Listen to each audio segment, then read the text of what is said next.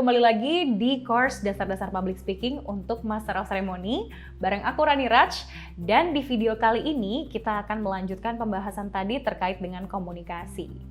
Nah, selanjutnya kalau tadi kita udah bahas tentang teori dasar komunikasi dan apa yang dimaksud komunikasi, seru banget ya. Sekarang kita akan membahas kenapa sih manusia harus berkomunikasi. Mungkin langsung aja, jadi ada beberapa alasan kenapa manusia harus berkomunikasi.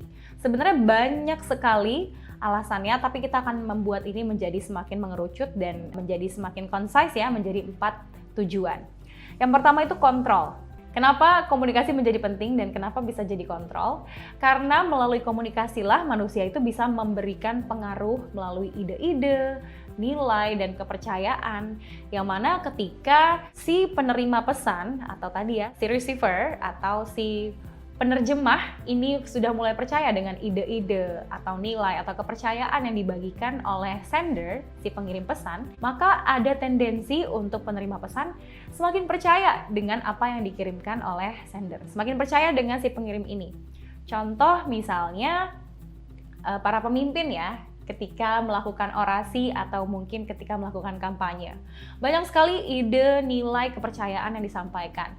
Oh, kita percaya loh bahwa A, B, C, dan ketika si pendengar ini percaya dengan nilai-nilai yang disampaikan oleh orang yang melakukan orasi ini, atau kita bisa katakan pemimpin, maka dia akan menjadi pengikut dari pemimpin ini. Untuk itu pemimpin ini punya kontrol atas si penerima pesan ini.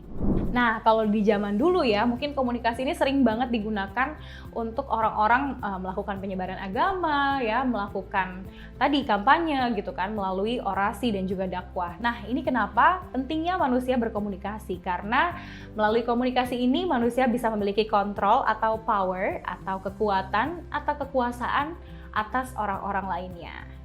Nah, setelah itu tentunya, setelah kita memiliki kontrol, pastinya kita akan memberikan dampak dari apa yang kita sampaikan.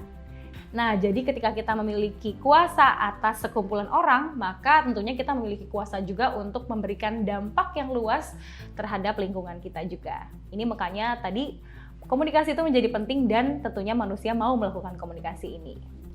Yang kedua, selain kontrol, ada juga fungsi informasi. Jadi sebenarnya ini adalah fungsi paling dasar dari komunikasi, adalah kita membagikan informasi. Contohnya, oh lampu ini warnanya putih loh.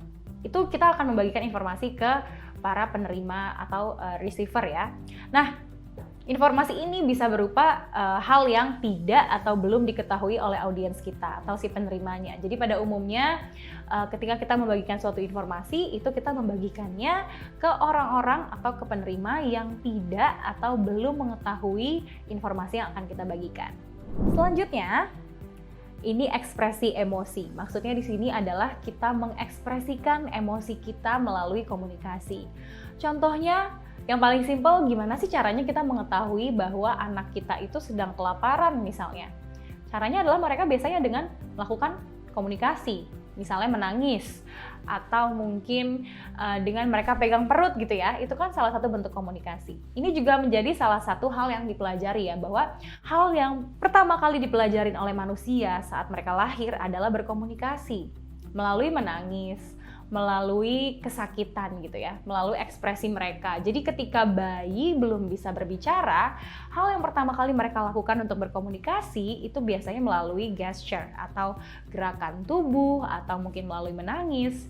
Itu adalah salah satu bentuk komunikasi. Nah, itu merupakan salah satu contoh dari fungsi komunikasi sebagai cara untuk menunjukkan ekspresi emosi. Jadi bayi kalau lapar atau lagi kesakitan mungkin dia menangis, sehingga orang tuanya mendapatkan sinyal, oh anak saya kenapa ya? Mungkin dia sedang tidak baik-baik saja. Kira-kira apakah dia kelaparan, atau mungkin kesakitan, atau mungkin popoknya tidak nyaman. Ketika sudah ada respon dari orang tuanya, maka itu berarti bentuk komunikasi. Jadi seperti yang kita tadi sudah pelajari ya, bahwa komunikasi itu tidak selalu berbentuk sebagai verbal atau lisan. Jadi ada banyak sekali bentuk-bentuk komunikasi. Ini ya, fungsinya adalah untuk menunjukkan perasaan kita atau feelings, dan untuk mendapatkan respons dari audiens atau lawan bicara. Jadi ketika biasanya kita menunjukkan perasaan kita berharap ada respons dari lawan bicara kita ya. Atau mungkin contohnya ketika mungkin teman-teman di sini punya pasangan atau pacar ya, Ketika sedang sedih, pasti teman-teman juga akan melakukan bentuk komunikasi yang menunjukkan bahwa teman-teman sedih ya, dan berharap respon dari pasangan teman-teman sekalian. Biasanya gitu ya. Jadi ini adalah salah satu fungsi komunikasi yang penting untuk manusia. Coba bayangin kalau misalnya kita sedih atau kita kesakitan tapi kita tidak bisa mengirim sinyal apapun ke orang lain. Itu pasti akan kesulitan. Untuk itu penting untuk manusia berkomunikasi, salah satunya untuk menunjukkan perasaan atau feelings-nya atau emotion-nya. Nah, yang keempat ini adalah motivasi. Mungkin contoh gampangnya teman-teman bisa ingat Mario Teguh ya. Jadi Mario Teguh itu mungkin sudah di level advance dalam menggunakan komunikasi untuk memberikan motivasi gitu ya. Tapi ada banyak hal lainnya yang bisa kita lakukan sehari-hari. Misalnya, menghibur teman kita dengan memberikan motivasi, memberikan ide atau nilai-nilai yang sudah kita miliki ke orang ini, ke lawan bicara kita gitu. Mungkin kita punya solusinya, kita punya cara penyelesaiannya yang mungkin belum diketahui oleh teman kita bisa kasih tahu. Nah, itu tadi adalah salah satu contoh bentuk fungsi komunikasi untuk memberikan motivasi ya. Jadi, motivasi ini biasanya berupa harapan atau ide, gagasan yang dimiliki oleh pembicara itu diberikan kepada audiens atau lawan bicaranya. Seperti itu.